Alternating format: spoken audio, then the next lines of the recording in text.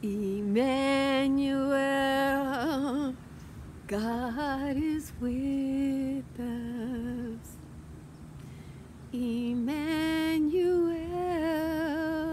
God is with us. Some of you may have watched the video where I chopped my grass and I pulled grass out of a place, and most people think, oh, I pulled the grass, I'll just put it in the container so that I can give it to the city and they can compost it and I have this nice and clean situation. Well, let me show you what I'm doing with my grass. Because if you buy straw right now, it kills your plants. The farmers are putting a broadleaf killer into their straw, so they're losing a customer. But this right here is my own straw that comes from my own grass. I let it get long and I clipped it, and let's pull back. And these are called strawberries because traditionally you take your straw and you mulch your strawberry bed. That is traditionally done. That is the way you traditionally fertilize strawberries. I haven't bought a strawberry plant for this patch since I originally put it in 10 years ago. But I mulched the empty spots, and when I mulch the spots, the plants then concentrate on putting out their berries. After they put out their berries, at the end of the year, they throw up some runners. This is a perpetual strawberry plant, so they don't put out as many runners as the June bearing. So they put out a few strawberry plants. I keep some of them, and these right here I will then put compost over. Often they won't come back, and the new babies will come up for my strawberries next year. You don't have to buy strawberries every year. You don't have to refresh your strawberries every year. The people who you're refreshing your strawberries from are probably doing something like this, the old-fashioned technique. So guys, let's quit being first world on everything. Let's go back to being natural human beings that share the world with every person and every creature. This is how you do it. You know, why does everything have to come out of a plastic container in our urban gardens? Why? Even in an urban garden, you can find a patch where you can grow some grass. Everybody has a little hidden corner that you could let go a little weedy and grow your own fertilizer.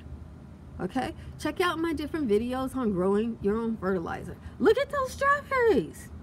Okay? No plastic involved. No trip to this, that, and the other. No worrying about, oh my God, they're closed or they're running out. And I got strawberries too. You see that? So we'll get to, I'm going to show you how I do this because I still have more to do. It's real easy. You just grab a handful of your grass. I'm going to tell you right away, these grass have seeds in them. If I don't have seeds in these grass, that means I have to depend on somebody else to buy grass from next year. That's not what we're doing here.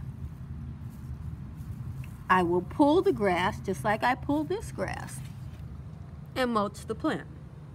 That's all it is to it. I still have a row there to put in, so we're going to do this while I'm going back and forth here. Yeah, grab some more. Got a big hunk here because I'm doing this video, and normally I would just do little parts and walk back and forth and get my exercise in, but since you guys are watching, I want to be more concise than I normally am. So go around stuff because I want to have a back end on there, and voila, you want to make sure all of your vegetation gets its day in the sun. This is a backing because leeks aren't really heat lovers. I mean, if they must endure some heat, they will. but it's not their forte. So a little mulch doesn't hurt, you know, while we have a little June gloom. And then this will also attract birds over here. Yeah, it does attract birds. And those little birdies will pick out little buggies and keep the population of bugs down. You know, they'll come over here to get some of this for their nestings. They love it when I pick the grass and let it dry first. I mean, they can pick all the grass they want, but they want me to pick it. I don't understand that, you know? They got a whole wilderness. But after I pick the grass, they're like, ooh, the grass department store is open. Let me go get it before somebody else gets it. I'm not making this up, guys. They'll come over here and be just shopping. Is this one the right size for my nest? I think I like this one better. I think I want me some oak grass. You know, and they'll pick out what they want. And while they're picking, they will go and pick out the bugs. So, let me make sure I got. You don't want any exposed ground. That's what you don't want. If you got exposed ground, you didn't do it right. Make sure I'm not covering up any food because I don't want to kill any food. And there's my little onions that I want to feed along with the other plants. Yep. Some oat grass. Probably some oats will come in from there. You see the roots of this old kale. Collard greens, whatever you want to call it. It's collard greens, but collard greens are a form of kale. They're brassica. Cover them up. Just like that. It's not hard. So now you've seen it. Let me show you what it looks like. And, you know, it's my attempt to get my own strawberries versus them going down into the dirt and ending up in the mouths of little buggeteers. Okay, guys, you see this dirt here? I had put wood chips here during the winter time, and there's very few of them left. So I'm gonna do a cover crop here. This is buckwheat. This is a summertime cover crop. You can cover 50 square feet with this. So that means, let me see, 5 by 5, so a 10 by 5 foot space you could cover with this right here. And I'm going to show you some that I put in here to see how they would do to test it out. This is a buckwheat plant, and as you can see, it's flowering. There's another one here flowering underneath the shade of this plant with the little light that's coming through. So I know this is a good spot for them. And I'm going to show you how I do it. I should take the time to show you what dirt looks like that comes from wood chips. These are probably cedar. I'm in California. Cedar is a very common wood in my area. But you see that? That soil? That all used to be wood chips. There's just a few here left. And I guarantee you that this dirt is so soft and full of bugs, never been walked on, nothing. And you see how lush my plants are growing out of these wood chips. But all I have to do, because the soil is so brand new, is come in here with this buckwheat and lay down a row. Now the thing about it, if you use wood chips,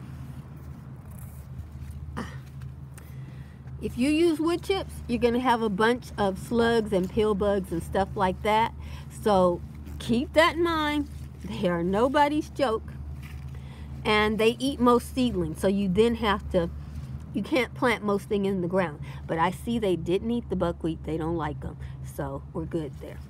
And you can see those little buggers trying to investigate. They're constantly looking for food. And I'm just sprinkling some buckwheat in here. Yeah, that's all. And then you take your next row over. Don't mind the pill bugs. You know, if you start to work with nature, you can make it. You know, as long as you want to fight with nature, that's like, and I'm making my next row.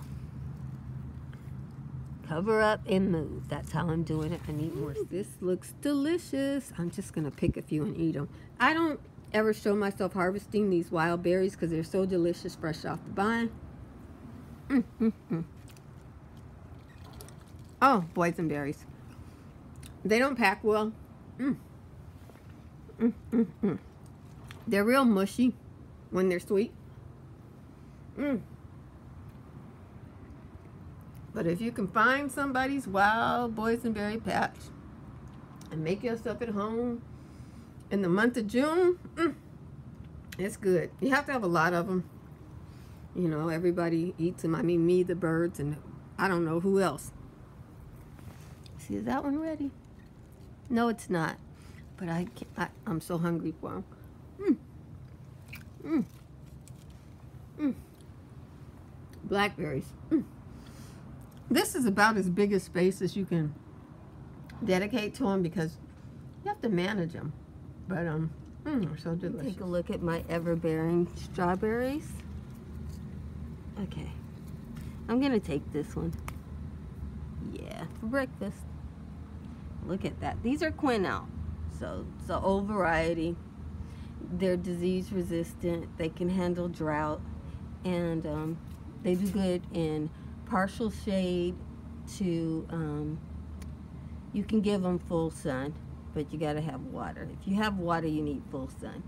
I don't have water. I have not watered these in years, and they're fine. They just pick up when it rains. Have you ever seen golden raspberries on the vine? These taste like champagne. Can't buy them in the store. That's how you know when they're ripe, when they just slip off the bush like that.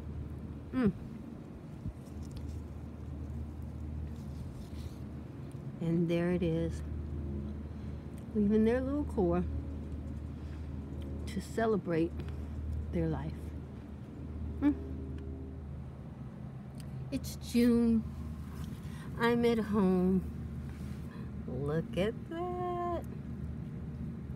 This is quinoa. This is an Everbearing strawberry. These are the ones that are best for people who like strawberries in their cereal in the morning, strawberry with their yogurt, because you get a constant supply. See, the strawberries coming. There's full strawberries. There's medium-sized strawberries. I'm trying to show you this one. There's little teeny strawberries. And there's big, juicy strawberries. That's how quinoa look. This is my #1 strawberry because I got it 10 years ago.